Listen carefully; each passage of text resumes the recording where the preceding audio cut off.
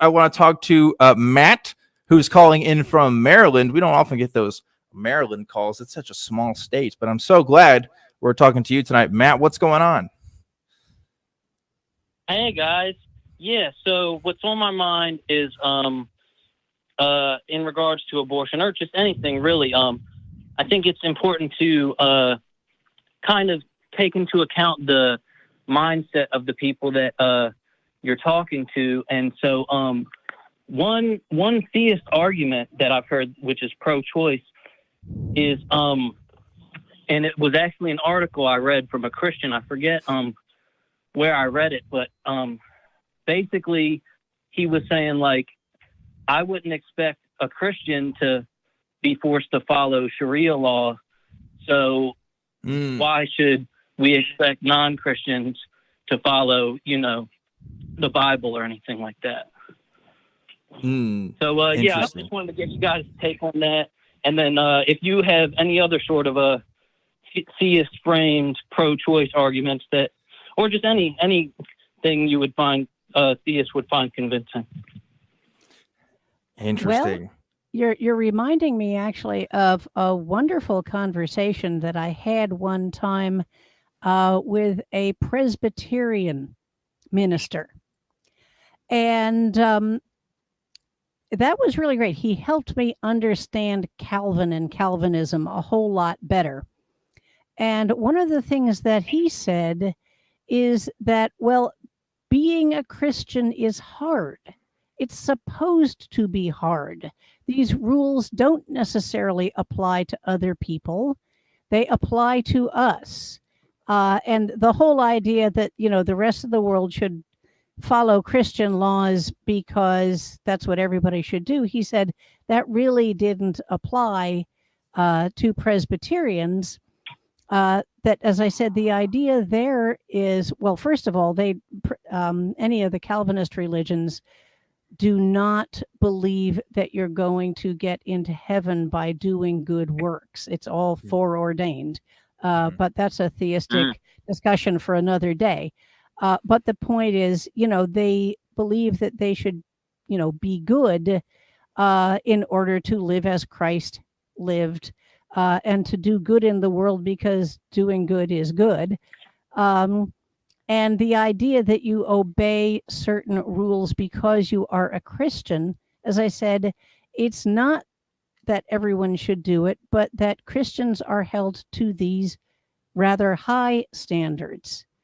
And I thought that was, they are their own peculiar standards, but the point is, it's not supposed to be easy to be a Christian. And I think that that's one of the things that the national conversation is lacking right now, that many Christians feel that they are being, that their freedom is being impinged if they don't get to make everybody do what they want. And that is really not what the Christian religions say when I have looked at them, at least certainly not, as I said, the Presbyterians that I've had some rather deep discussions with about this. Yeah, the thing with these kinds of arguments too is it's one of those interpretation things, right? So I could pull out Jesus saying, well, render unto Caesar what is Caesar's, therefore that interpretation might be that you should follow the secular authorities of the time because God put them in place.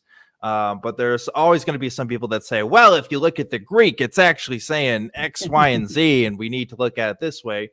And the truth is, there's always going to be Christian conservatives, Christian communists, Christian anarchists who are going to tell you different, interpretations of how you should follow the law at any given time. It's a null point. And especially as non-believers, for us, it's like, well, I personally, whatever Jesus has to say doesn't actually inform the way that I live my life in any way, shape, or form. So it's definitely a moot point to us.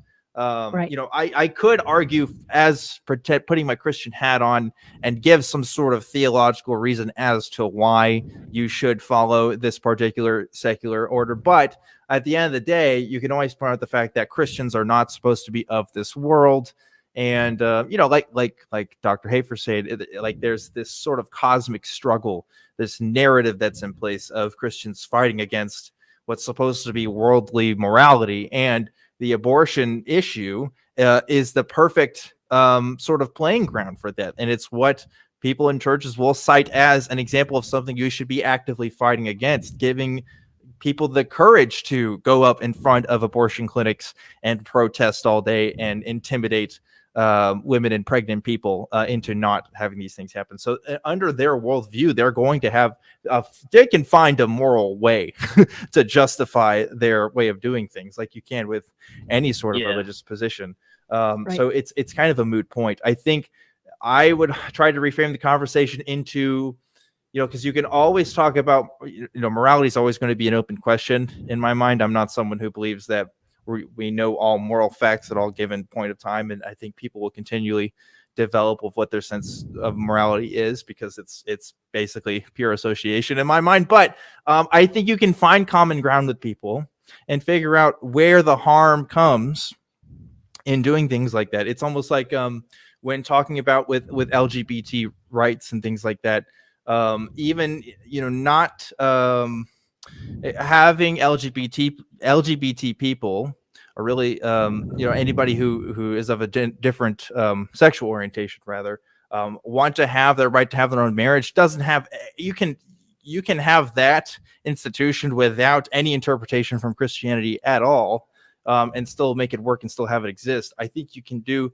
a similar thing with how people approach their pro-choice versus pro-life conversations. But again, if you're an evangelical who thinks, well, I actually have a moral responsibility to protect these unborn babies, well, then that's just you're buying into a false premise there, right? You have to kind of talk about the facts at that point. So anyway, that kind of went all over the place a little bit, but hopefully that answered your question, man.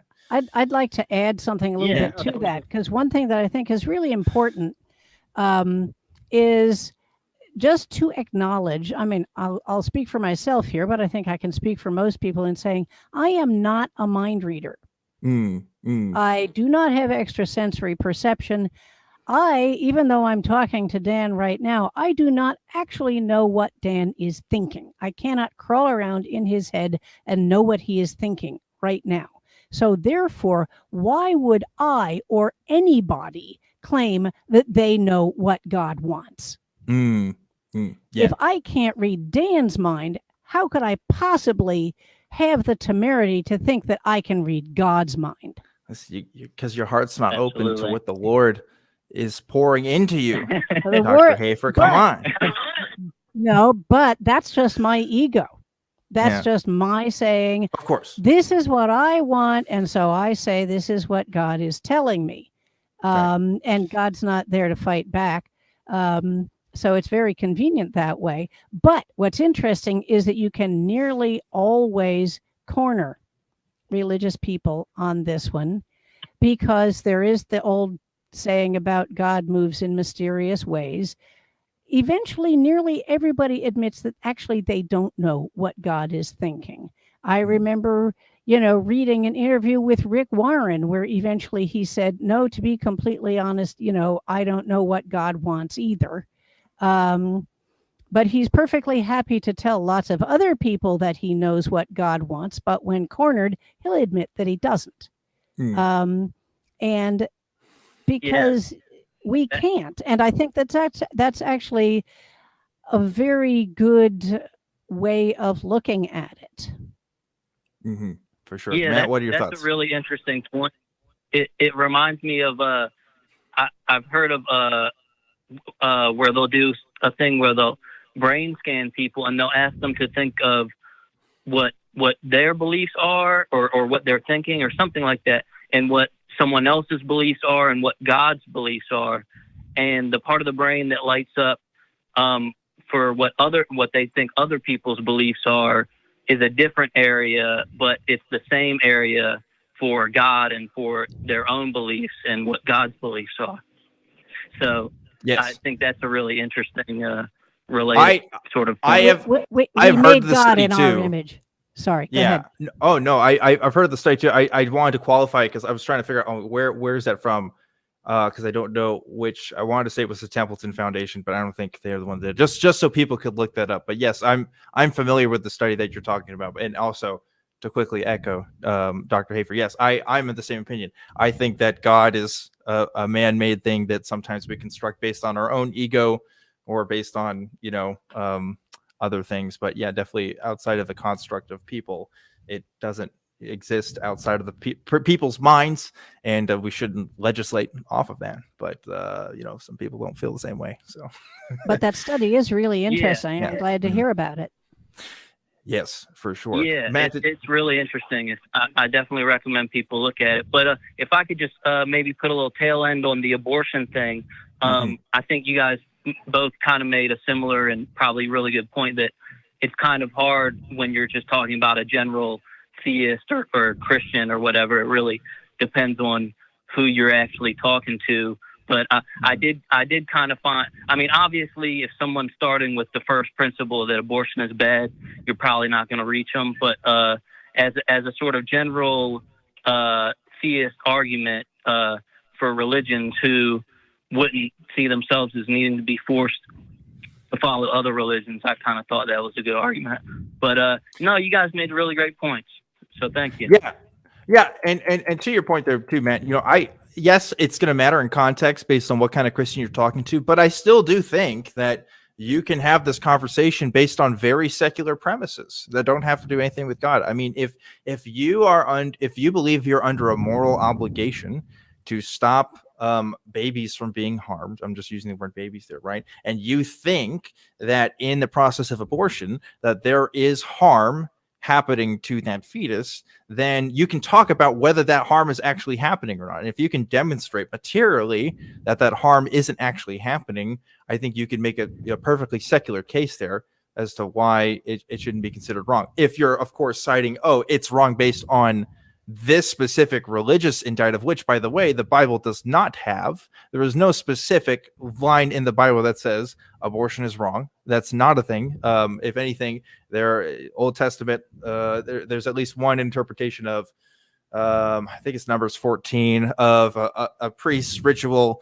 that involves the killing of a fetus through the drinking of a bitter water, is what they call it, which was like this early a form of anti thing there. So yeah, Christianity, it doesn't hold up. There's no specific title in Christianity. Catholicism, yeah, you can talk about specific things that leaders of the religion have said there, but yeah, there's no specific religious principle. If you want to have the conversation in just secular terms, you totally can. But anyway, that's all the time we have for this call. Matt, thank you so much for calling in and talking to us. That's a great point and great question all around. Yeah, thanks very much. Yes.